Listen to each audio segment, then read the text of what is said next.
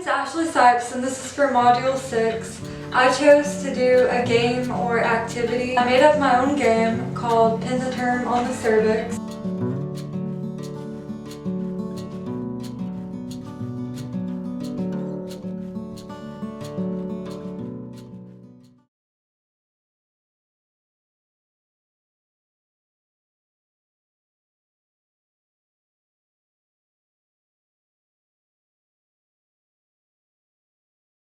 Not a very good representation of the cervix, but it's kind of like a little chart. It's not accurate as far as measurements go, but it's like a big chart that everyone in your class can see on a big poster board. And you can make it into a game by either asking for volunteers or having like mini posters at a desk with two partners. You could have people partner up or partner with you if they didn't come with a partner. So I'm going to ask for a volunteer. I'm going to pretend that this is my class and have someone volunteer and come up here and play this game with me. Okay, so for this game or activity, you would have your volunteer come up or your partner, and you would have them take these sticky notes that are labeled EAT. I guess it spells eat, but not on purpose.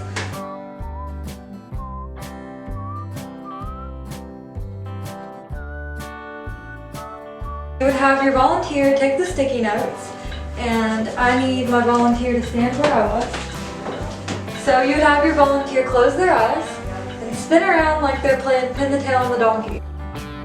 They would take a sticky note and place it anywhere on the board where they think a number is. So start placing your sticky notes on the board where you think numbers are. Thank you, volunteer. So this game helps show you cervical dilation, and again, it's not an accurate representation of your cervix or how dilated you really are, but I'll take these off the board, and this is where you look at a handout that I'll be giving out, and you'll see exactly where these letters really go on the board. So we know that T stands for transition, and transition happens at 10 centimeters dilated. And E means early labor.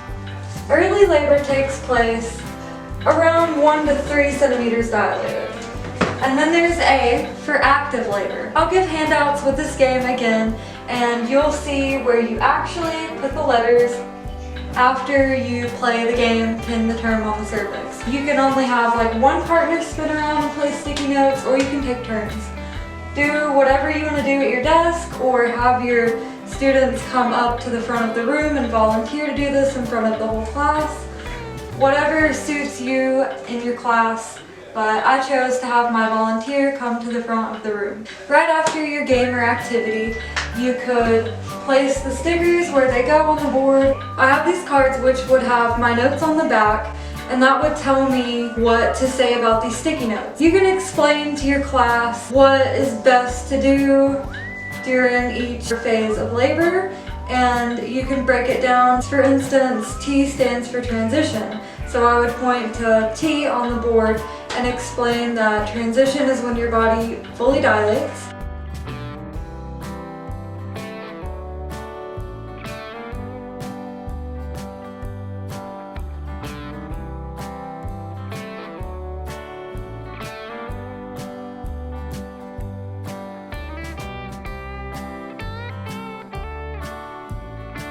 Of course, their handouts will tell them. Symptoms of transition might be shaking, vomiting, hot or cold flashes, and you might feel pressure or an urge to push. Early labor is a great time to do whatever you're comfortable with. Go about your day as normal as you can if that's what you would like to do. Get anything done before your baby comes. This is not the time to go to the hospital if you're planning on giving birth in a hospital. This is just the time to take it easy and to get things done, or rest, or eat. Do whatever you want to do. You might feel mild cramps or period-like cramping, and they may not last very long, but early labor will last for about 7 to 12 hours. And then there's active labor. Things might get a little more intense. Your surges or contractions might be closer together, growing with intensity. They might be longer and stronger. The word active is helpful in active labor because it's actually beneficial for you to stay active in active labor. It is proven the upright position. I'll have a handout from Evidence-Based Birth that shares this information more in depth.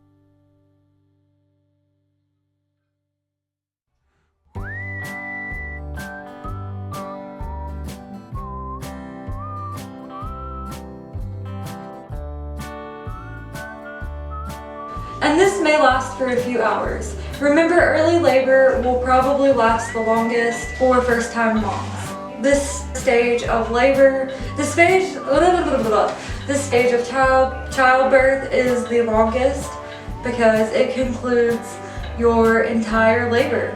And labor can take some time.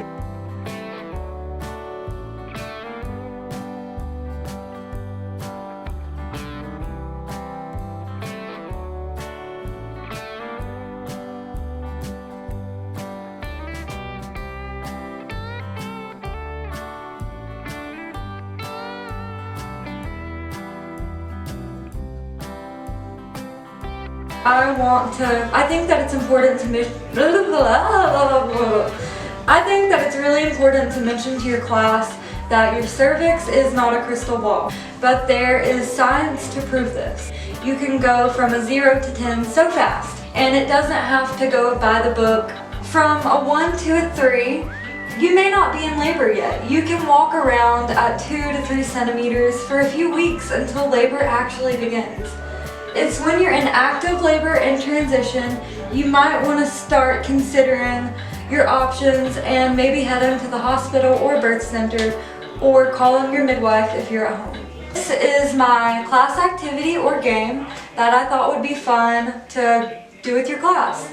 I hope it makes sense. But thank you.